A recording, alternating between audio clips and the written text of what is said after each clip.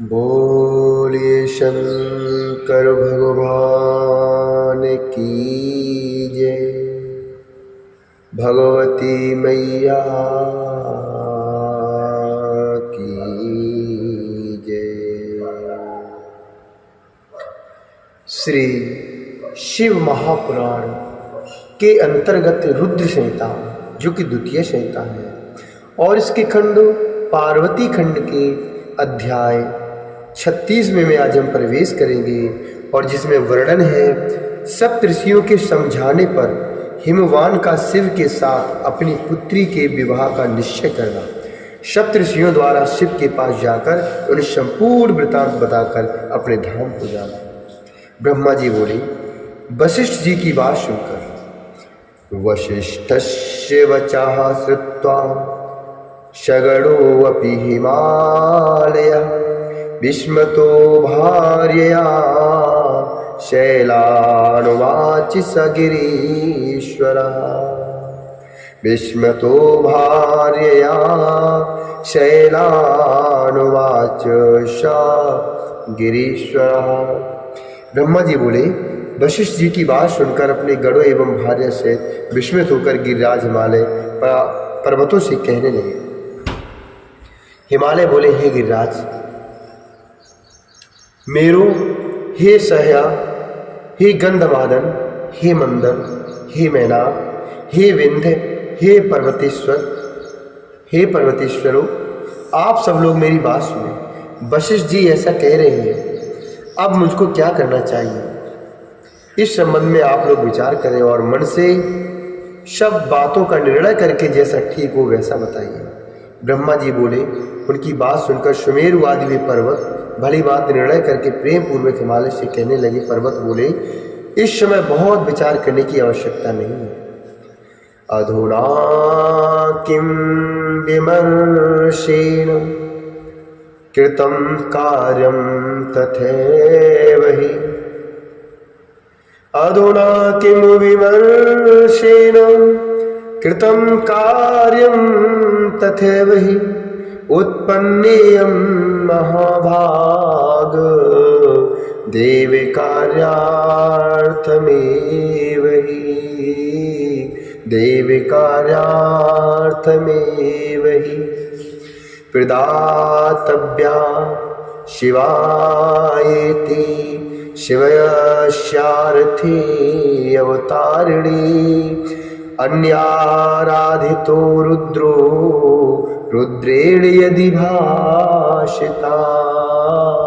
रुद्रेण यदि भाषिता।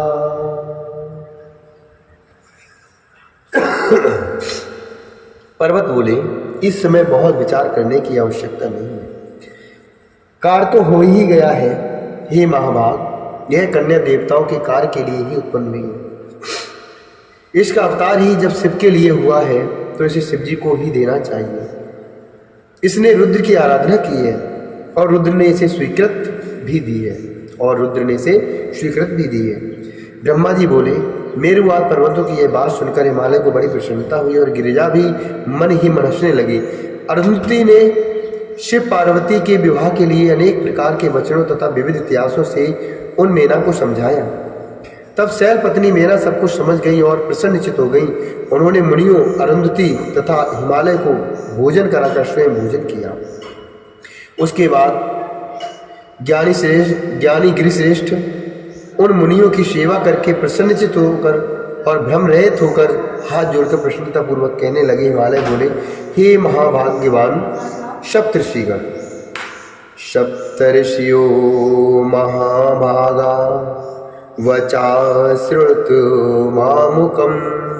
विस्मयो मे गतः सर्वः शिवयोश्चरितं श्रुतं। शिवयोश्चरितं श्रुतं। मदीयं च शरीरं वै पत्नी मेनाश्रुतः। रिद्धि सिद्धश्च चान्यद्वये शिवस्यैव न चान्यथा। हिमालय बोले, हे महाभाग्यवान सप्तऋषिगण, आप लोग मेरी बात सुनिए। मैंने शिवा और शिव जी का सारा चरित्र सुन लिया, जिससे मेरा सारा संदेह दूर हो गया है। मेरा यह शरीर, पत्नी मेना, पुत्री, पुत्र, रिद्धि सिद्धि तथा जो अन्य जो कुछ भी मेरे पास है वह सब शिव का ही है, इसमें संदेह नहीं है। ब्रह्मा जी बोले, उन्होंने इस प्रकार कहकर उस पुत्री की ओर आदरपूर्वक देखकर उसके अंगों को अलंकारों से सुसज्जित कर उसे ऋषियों की गोद में बैठा दिया। तदंतर शैलराज ने पुनः प्रेम से ऋषियों से कहा, मुझे शंकर का यह भाग उन्हें अवश्य देना चाहिए और यह भाग उन्हें अवश्य देना भी है, ऐसा मैंने निश्चय किया है। ऋषि बोले, हे गिरि, भगवान शंकर गृहीता होने के कारण भिक्षुक है, आप कन्यादान देने के कारण दाता है और देवी पार्वती भिक्षा है। अब इससे उत्तम और क्या बात हो सकती है। हे हिमालय, जिस प्रकार सभी शिखरों से ऊंचे होने के कारण आपके शिखरों की श्रेष्ठता है, उसी प्रकार आप भी संपूर्ण पर्वतों के अधिपति होने के कारण सबसे उत्तम है तथा धन्य है। ब्रह्मा जी बोले, इस प्रकार कहकर निर्मल मन वाले मुनियों ने हाथ से स्पर्श करके कन्या को आशीर्वाद दिया कि शिव को शुभ देने वाली बनो, तुम्हारा कल्याण हो। जिस प्रकार शुक्ल पक्ष का चंद्रमा बढ़ता है उसी प्रकार तुम्हारे गुणों की वृद्धि हो। इस प्रकार कहकर उन सभी मुनियों ने प्रसन्नतापूर्वक हिमालय को आशीर्वाद रूप में फूल तथा फल अर्पित करके विश्वास उत्पन्न कराया। परम पतिव्रता श्रीमुखी अरुंधति ने शिवजी के गुणों से मेना को प्रलोभित किया। तदंतर हिमालय ने दाढ़ी में हरिद्रा तथा कुमकुम से मार्जन किया और लौकिकाचार पूर्वक सारा मंगल किया। तदंतर चौथे दिन शुभ लगन का निश्चय कर परस्पर संतुष्ट होकर वे मुनिगण शिवजी के पास गए। वहां जाकर शिवजी को प्रणाम कर अनेक सूक्तों से उनकी स्तुति कर वे वशिष्ठ आदि सभी मुनि कहने लगे। ऋषि बोले, हे देवदेव, हे महादेव, हे परमेश्वर, हे महाप्रभु, आपके सेवक हम लोगों ने जो किया है उस बात को प्रेम से सुनिए। हे महिषान, हम लोगों ने इतिहास पूर्वक अनेक प्रकार के उत्तम वचनों से पर्वतराज हिमालय तथा मेना को बहुत समझाया, जिससे वे समझ गई। अब उन्हें संदेह नहीं रहा। गिरीन्द्र ने वाग्दान देकर प्रतिज्ञा की है कि यह पार्वती आपकी है। अब आप अपने गणों तथा देवताओं को लेकर विवाह के लिए चलिए। हे महादेव, हे प्रभु, आप शीघ्र विवाह के लिए हिमालय के घर चलिए तथा संतान उत्पादन के लिए रीति के अनुसार पार्वती से विवाह कीजिए। ब्रह्मा जी बोले, उनकी यह बात सुनकर शिवजी प्रसन्नचित्त हो गए और लौकिकाचार में तत्पर होकर हंसते हुए इस प्रकार कहने लगे। महेश बोले, हे महाभाग, विवाहो हि महाभागा न दृष्टो न श्रुतो मया यथा पुरा भवदे भयस्तद्विदे रोच्यो विशेषता। महेश बोले, हे महाभाग, मैंने तो विवाह ना देखा है और ना सुना है। आप लोग ही जैसी विधि देखे सुने हैं उसे बताइए। ब्रह्मा जी बोले, शिवजी के लौकिक शुभ वचन को सुनकर वे देवादिदेव सदाशिव से हंसते हुए कहने लगे। ऋषि बोले, हे प्रभु, आप समाज सहित विष्णु को विशेष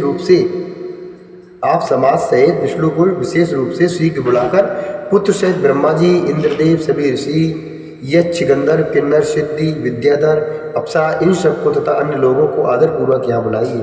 वे सब आपका कार्य सिद्ध करेंगे, इसमें संदेह नहीं है। ब्रह्मा जी बोले। ऐसा कहकर उनकी आज्ञा लेकर वे सभी सप्तऋषि शिवजी की महिमा का वर्णन करते हुए प्रसन्नतापूर्वक अपने स्थान को चले गए। इस श्री शिव महाप्राणे द्वितीयायाम रुद्रशयतायाम तृतीय पार्वती खंडे सप्तऋषि वचनम नाम षट्त्रिंशोऽध्याय। इस प्रकार श्री शिव महाप्राणे के अंतर्गत द्वितीय रुद्रशयता के तृतीय पार्वती खंड में सप्तऋषि वचन नामक 36वां अध्याय पूर्ण हुआ। बोले शंकर भगवान की जय, भगवती मैया की जय।